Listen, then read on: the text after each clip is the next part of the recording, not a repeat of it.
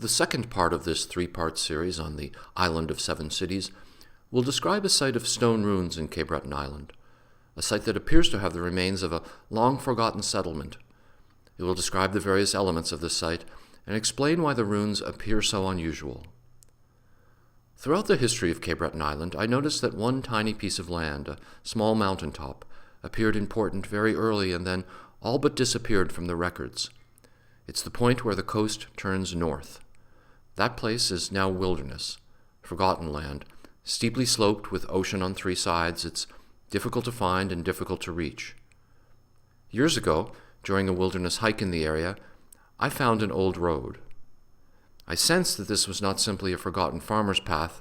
It appeared that in the distant past it had been well made, consistently wide, hard-surfaced, and maintained.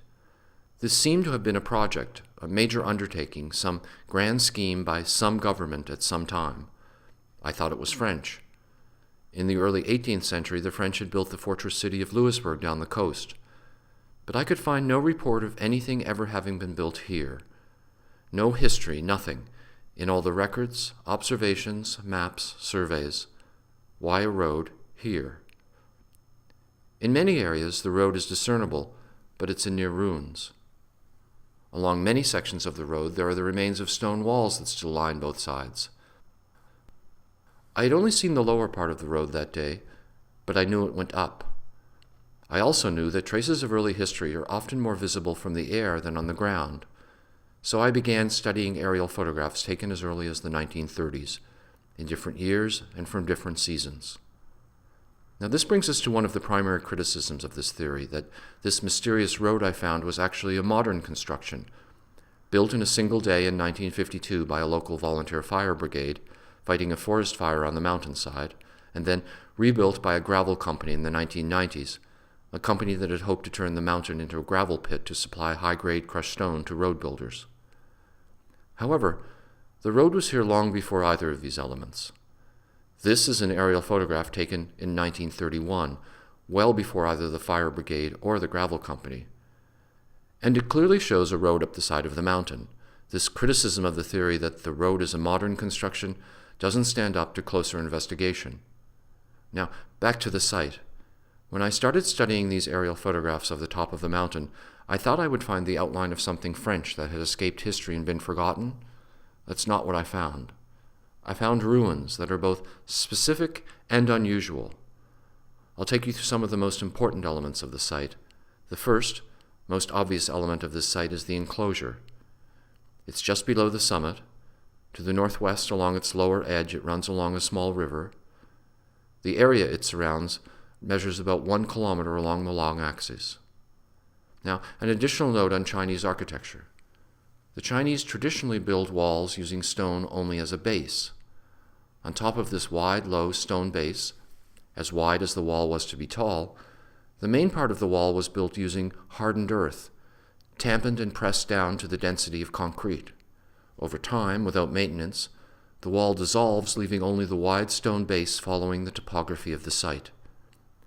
What you see in the aerial photograph of this site is a wide ribbon of stone that goes up and down the hillside, just below the summit, follows along the lower river, all over hilly, rough terrain, approximately 3 kilometers of wall, unrecorded in European history.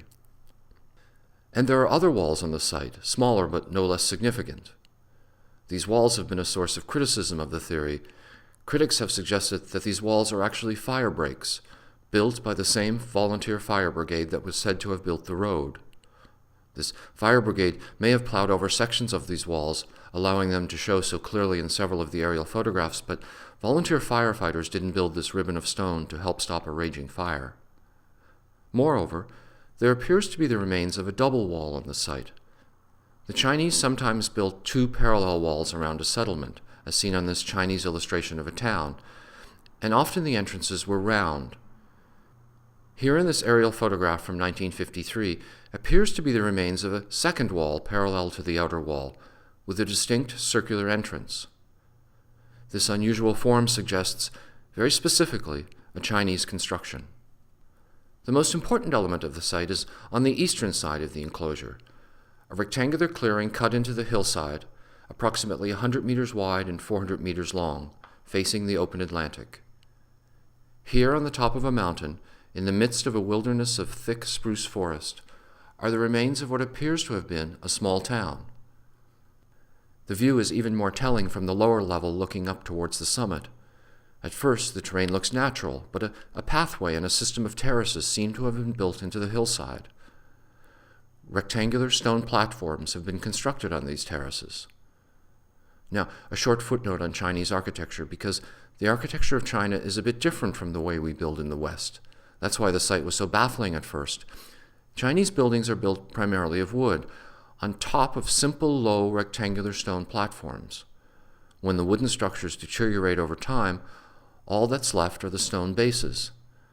And that's what we see on the site, in various sizes and locations, often alone, but sometimes organized around small open courtyards that can be seen more clearly in photographs taken above the site. These are regular, rectangular stone platforms built into the hillside. Critics claim that these platforms were actually drilling platforms built recently by the gravel company. But that's not possible. The gravel company did no work on this cleared site. All their work was farther inland on a large plateau south of this clearing.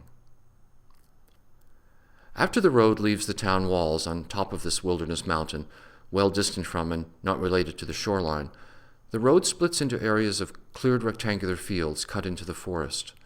It's now meadowland, but the fields have the shape, the size, and the look of farmland. Again, no one ever lived here. There are no records of early farms, and no maps of any early European settlement here. To help locate these various elements on the site, we have the farmland, the wall with the town built well within its perimeter, again, typical of Chinese towns, and the road, both leading up to the town and branching out on the far side of the wall. In many, many ways, this is a typical Chinese hillside settlement.